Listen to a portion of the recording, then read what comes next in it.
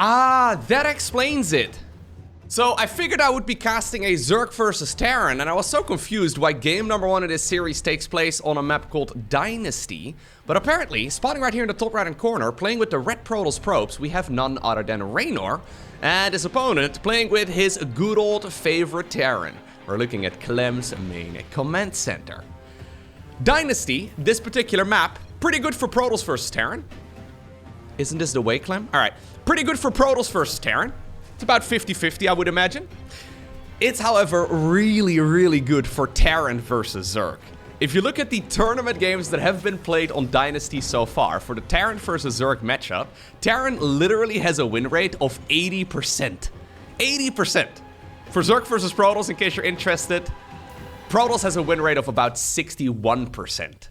So what it all comes down to is that this map is pretty terrible for Zerg all across the board, but I guess that explains why Raynor decided to pick Protoss. He could have just vetoed the map. That would have made it a little bit easier, because now he's going up against... he's going up against Clem. A couple reasons as to why this map can be kind of difficult for Zerg. Well, first off, obviously, you have that in-base golden expansion. Terran can just fly the command center around, and there's a lot of good choke points as well. It's pretty quite easy for Terran to turtle up and take a lot of bases, whereas for Zerg, well, those choke points usually don't favor them all too much. Shouldn't be as big of an issue for the Protoss versus Terran matchup. The problem is, though, now you're going up against one of the very best, if not the very best, Terran versus Protoss players in the world. Now, I know that Raynor's Protoss is good, and winning against Clem would be a very nice confidence boost. I don't see it happening. Honestly, in the Zerg versus Terran matchup, I would probably slightly favor Clem. Maybe like a... I mean, I guess this is cross-server, because Raynor is currently over in Korea, and Clem obviously lives in France. It's probably maybe like a 55-45, okay? I was gonna say 60-40 if the ping was maybe a little bit better for Clem. Clem does seem to usually struggle a little bit when it comes to even just like 150 ping or so, just because he's such a micro-focused player. Anyways, I think overall, though, even in the Zerg versus Terran matchup, Clem is the slight favorite. And then, well, in Protoss versus Terran, I would definitely call Clem the overwhelming favorite. So we're gonna have to see what Raynor decides to go for here. He does have those quick golden minerals. That'll be nice. Reaper, though, is already scouting out exactly what's going on. We do have a Stalker available, but the Stalker wanted to go around the site. Okay. He needs to go back into the main. He should have stuck around with those probes for just a little bit longer. This is a lot of lost mining time, by the way, here for the Protoss, who's secretly a Zerg. I guess at least the...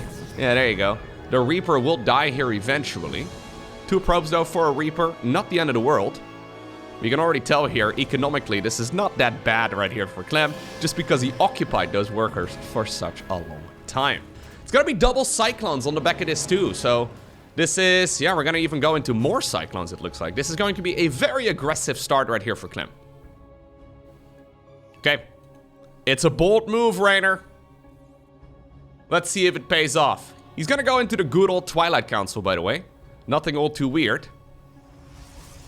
That Stalker needs to be very, very careful. He's waiting for, like, a Hellion, for example. Oh, no. Yeah, it's dead. Nah, that's a mispositioned Stalker. I was gonna say, you need to probably hang it out over here or so. Yeah, if you're not even against Clem in the game, you're probably behind. Like, even when you're ahead, you're slightly behind against Clem in this matchup, it seems. This is a bit of a disaster. Now, there are 2 Stalkers brewing over here down south. Problem is, there's 2 additional Cyclones coming in. Oh, Clem is setting up bait as well. Yeah, he's only showing 2 of the Cyclones. It's gonna be Banshees with cloaking on the back of this too. Oh my god, okay. Well, that is about as good a trap as you can ever set. That is... oh, not even a single Cyclone going down. This is a disaster. An absolute train wreck of a PVT right here. Nice attempt by Raynor, but I just don't see how you can ever recover from this. Problem is...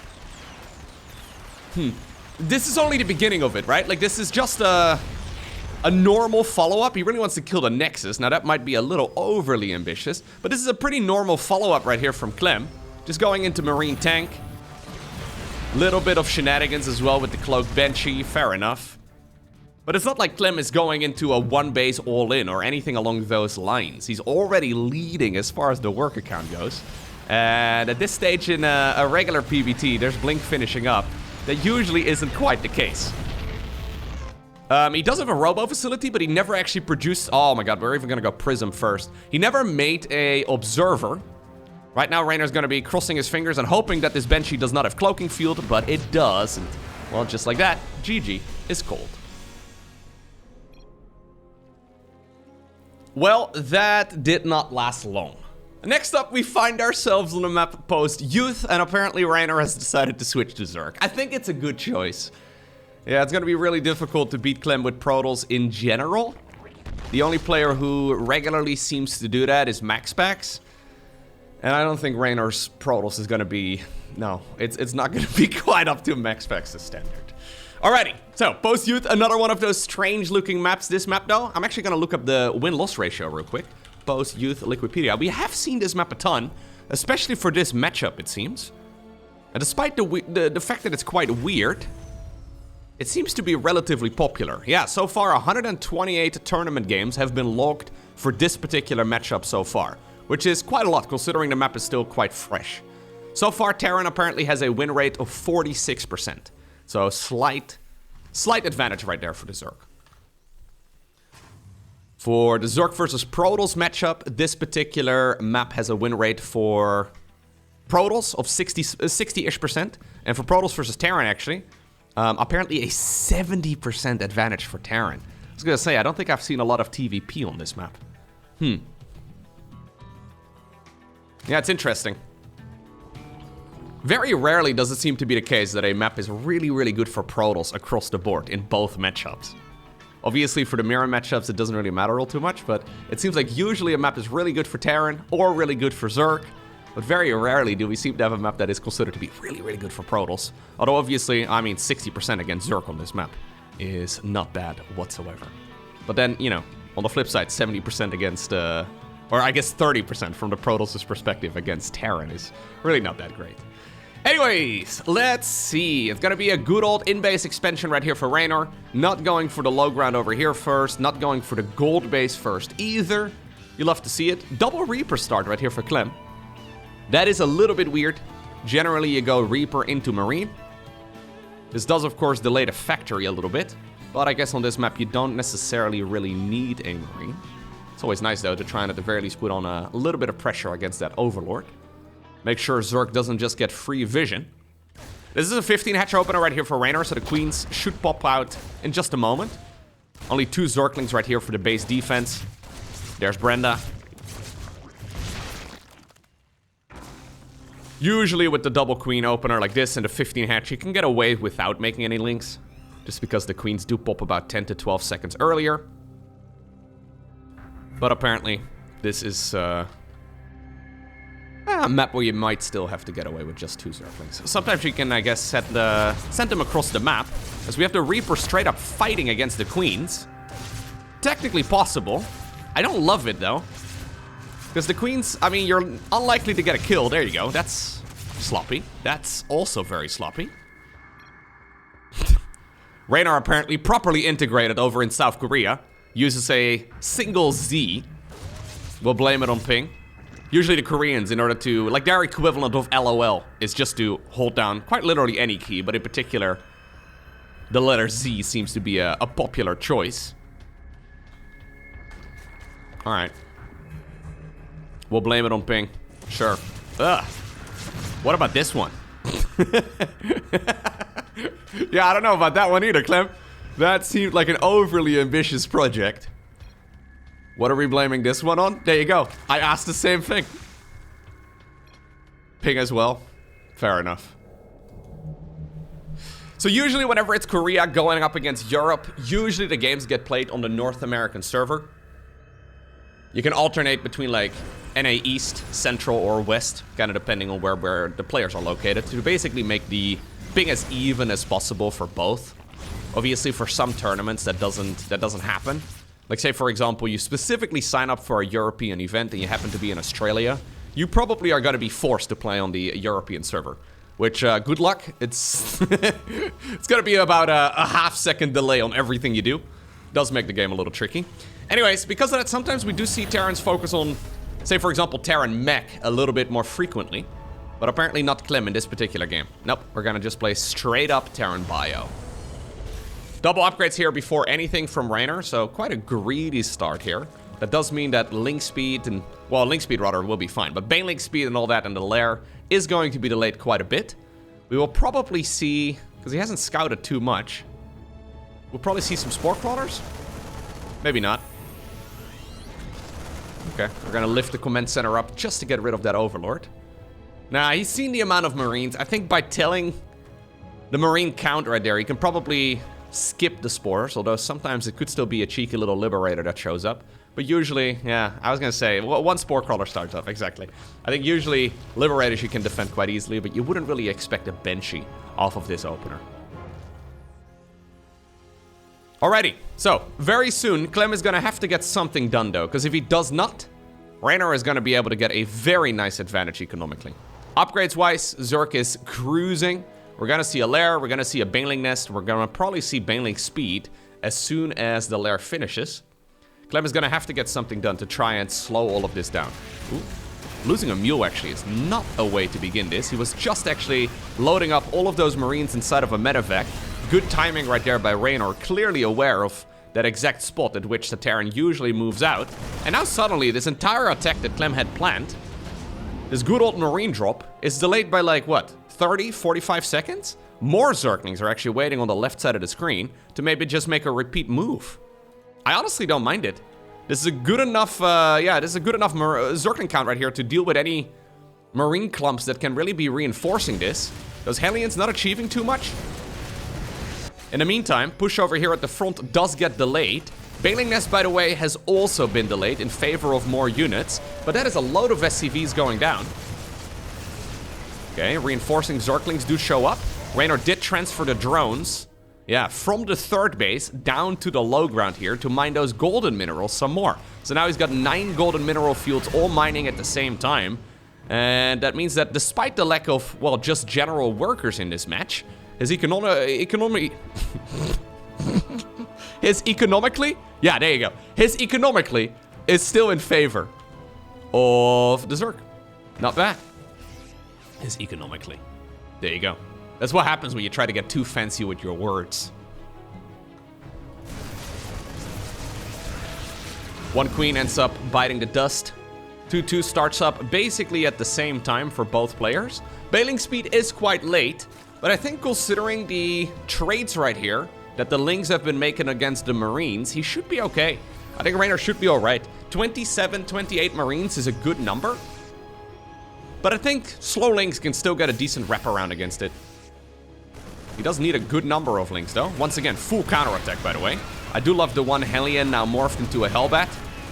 Reynor here taking a page out of his own book from about 5-6 years ago. Full on counterattacks. This is what Reynor really popularized back when he was like... it's actually kind of crazy. Back when he was like 15 years old, he was one of the first players who really started doing these mass counterattacks instead. And he's kind of steered away from it a little bit. Oof. But obviously he still likes to mix it in a lot. But he would quite literally never face the main army from the Terran if he could at all avoid it. And it is incredibly effective still. 23 SCVs end up going down, using the reinforcements to clean up the actual Terran army on the other side. GG is called. It's Reynor who plays a smooth and...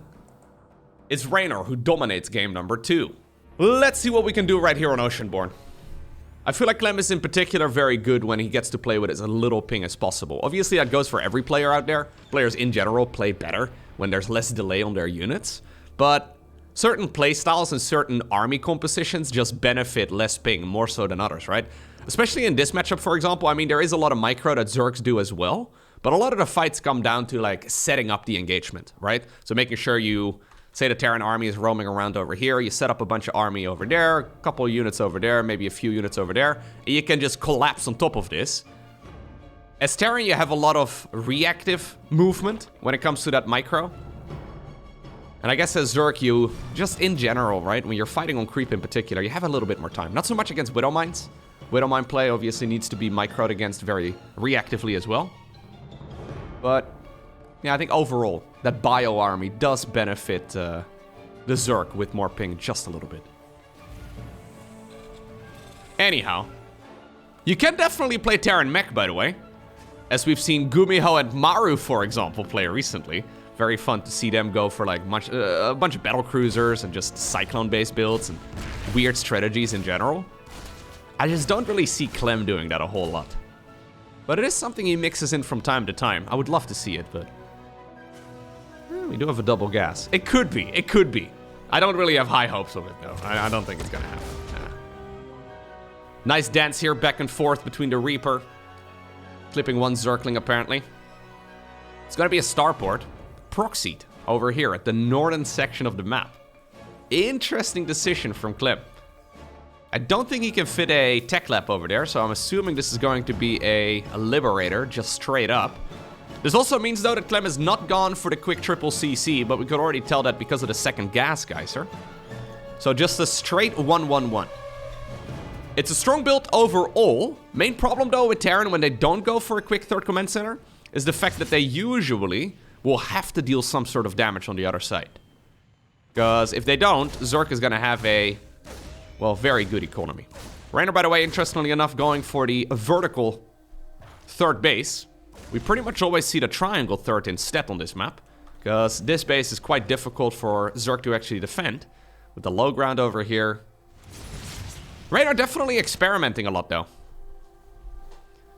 I've noticed this in all of his games lately. Ever since he got to Korea, it seems like he is... yeah, he's playing a lot of creative build orders and just a bit more playful with his strategies in general. Not going too textbook. We'll have to see when the premier tournaments once again roll around, right? Whenever we get those big offline events. That's clearly what he's been practicing for. What he actually believes to be the best strategies. But, I like seeing Rainor in this mood, you know? It seems almost like a light-hearted way of playing the game. Which I know may sound a little overly dramatic, but... oh, good wraparound. Very nice wraparound. Ay, ay, ay, ay, ay. That is...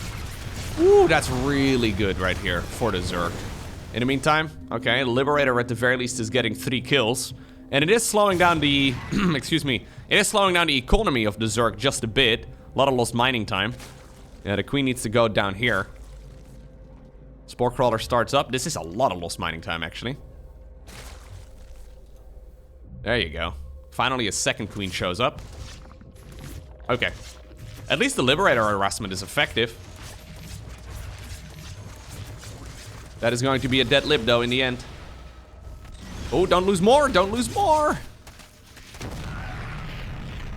Problem is, right? Yeah, right now, Clem has got a worker lead. Oh, I was thinking Raynor could follow this up with a ton of drones if he wants to, but no. He plucked down a roach ward in the middle of all of this, and he's now following this up with a ton of roaches. I actually kind of like it. You know what? It's actually quite clever. The only problem is that he is going to be bumping heads against the Terran that has Stimpack, but I mean, how many Marines are there? 6! You know what? This is a very uncommon roach follow-up, but it actually does make a lot of sense, considering the amount of damage that he's done. Yeah, right now Clem is going to see. This is actually a complete all-in right now from Raynor. He's following this up with a ton of Zerglings. He'll probably be using some of the gas to morph in Ravagers. Turns out the natural expansion front door was wide open. There is a bunker coming up. Third command center did finish. Oh, I'm actually a little bit concerned right here for Clem. This is going to hurt. This is a lot of army, and obviously Clem has already lost a bunch of Hellions, a bunch of Cyclones. He can afford losing about 20 SCVs, I would say, though. Because he does have triple CC. I'm a little afraid, though, that this might just straight up win Raynor the game. Okay, good Biles right there, getting a bunch of SCVs already. Marines, though, with Stimpack are not to be underestimated, even in small numbers. Bunker actually does hold for a long time. Reinforcing Zerglings do eventually show up. Couple mules here, flying through the middle of my monitor. Okay. Good save right there on at least some of those units, those medevacs being very handy. I think killing the upgrades would be really good. 27 SCVs is a ton of workers. Yeah, I think preserving maybe the Ravagers. Oh, no, he's actually just going all in. Yeah, I thought maybe a Raynor would drone behind this, but that's not the case. He is just bringing even more roaches. So this is like the first wave of this all in. And he's gonna be going for another wave in just a moment. Don't underestimate the strength of mules, though. Because right now, sure, he did kill, well, quite literally half of the Terran workers. That SCV, by the way, stuck after building the engineering bay. Fair enough. Those Zerglings are gonna go down. Yeah, don't underestimate the power of mules. If Clem can stabilize from here, he can load up his Marines into medevacs and make it quite difficult for Zerg to actually drone. Yeah, I think this might be an overextension from Reynor. He apparently disagrees.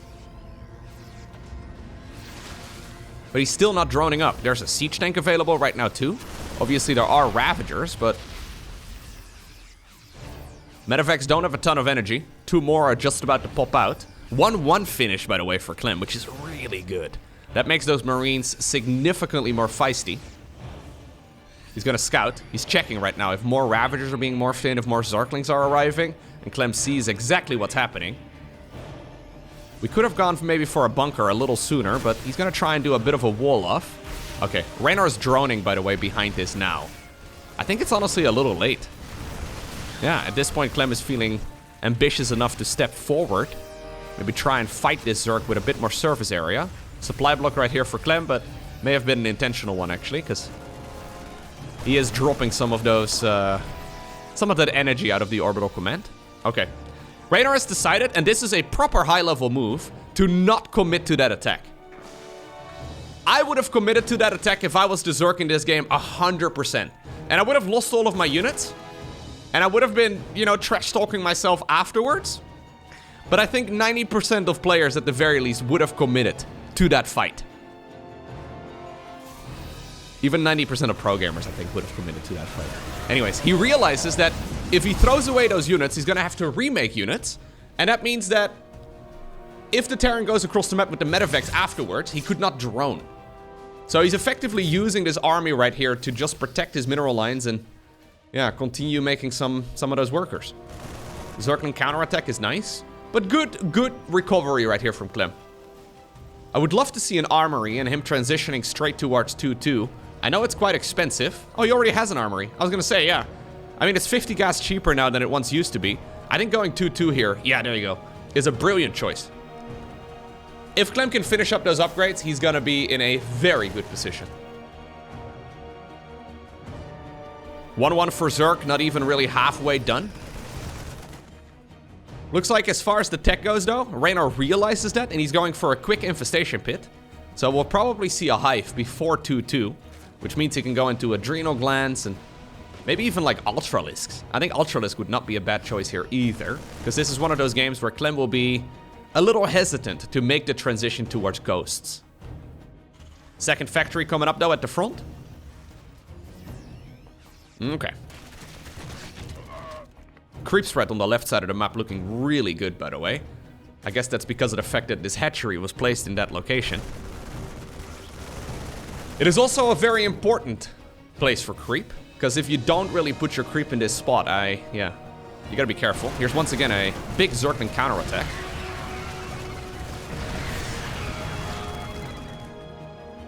Yeah, Raynor going to Korea is almost like him going back to basics. A little more aggressive, a heavy focus on counterattacks, and just in general, playing the game a bit more flexibly, I guess.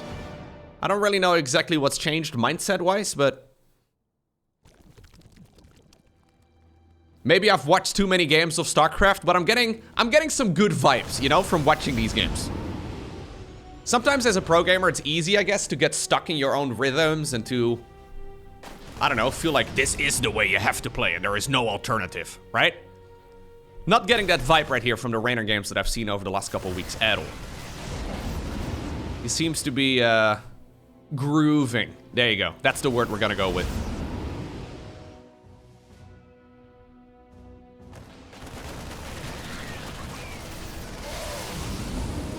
We're playing, no, not quite Ring Around the Rosie.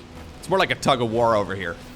Tug of war across the crevice. with Medivacs and flying units. It's a bit weird, but here's 2-2 finishing. And this is going to be a big power spike for those Marines. It is, by the way, 2-2 right here for the Zerg as well, together with Hive. So Hive is done. Ooh, good pickup. Careful. Alright. Queen's trying to get some work done. Maybe this push over here can get some damage in. Good targeting on the Banes. But ultimately, I think the Baneling clump may be a bit too big. There you go. He decides to pick up and get on out of there. Hive is done. Would love to see Adrenal Glands, but I think Reynor right now a little focused on trying to not die. Likewise for Terran, I would love to see immediate 3-3. Because it doesn't look like this 2-2 timing attack is really going to win him the game. First Hive Tech gas apparently is going to go to the Ultra Cavern. Okay. Fourth command center done at the bottom of the map. Planetary Fortress will probably be building here. There it is.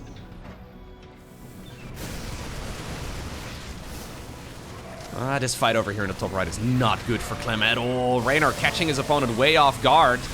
This is a fight off creep, which usually Zerg players don't like taking very much. But I think in this instance, Reynor will be happy, yeah, there you go, to clear out and trade armies. These are some efficient trades for Zerg, all things considered. Reinforcing Terran units, though, do show up. I think as long as Reynor doesn't lose the Ravagers, he'll be pretty happy about all of this. There's Adrenal Glands together with Chitinous Plating, and there's the Ultralisks. Problem right here for Clem is that he does not have a proper transition. There's an Infestor, by the way. Careful.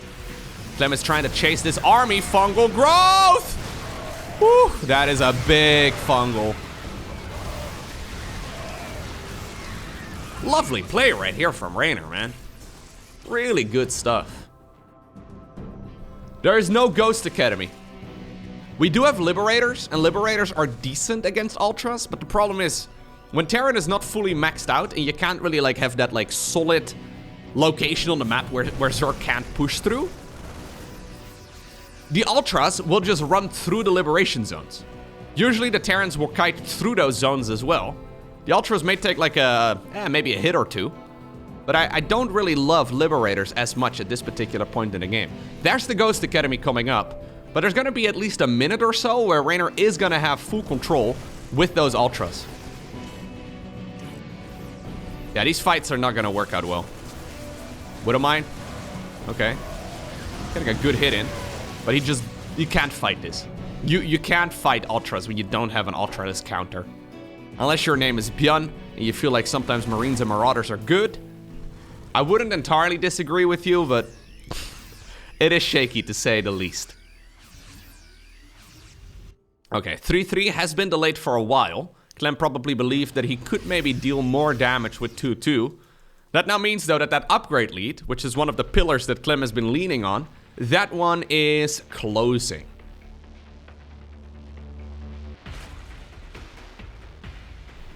Ultralisk coming up. Okay. Despite the red line, it's still pretty good apparently, huh? Good bit of damage right there being done. Widowmine drop on the left side of the map. Quick reaction speeds. And in the meantime, we do have a Zergling run by 2 on the other side of the map. So the Widowmine drop was nice, but it did not quite give Clem the advantage that he would be hoping for. Because in the meantime, he also lost a load of SCVs at home. The Widowmines, by the way, do have to be cleaned up, but I guess the Spore Crawler will be the detector. Reynor can't currently see exactly what's going on, but now, there you go. He sees all of the mines right before they're able to refire. Okay. Bunch of Zerglings over here burrowed as well at the 3 o'clock base. Yep. Clem is not going to be able to land the command center there. Wouldn't mind seeing a similar setup as well on the base to the left of the 4th.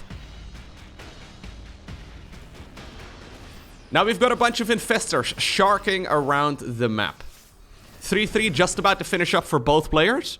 So the upgrades will basically stay the same. Right? Because they sort of do cancel each other out. Not quite, but...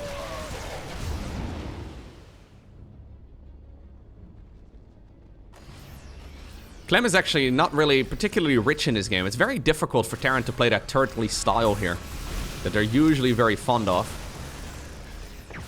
Okay, one snipe. That's good and all, but here's the Infestor once again. Boop. Ay, ay, ay, ay, ay, ay, ay. Brilliantly played right here by Raynor. I really like what he's doing in this series. Other than game 1. Forget about that one. But he's playing the Swarm. Well, I liked it up until that fight. That fight was pretty terrible. But he's playing the Swarm in the lore-accurate way, you know? 6 more Ultras are coming up. Another command center is building. Hatchery coming up here as well at the northern section of the map too. Decides to take the base on the left side of the map as well. Big Baneling transition. Okay.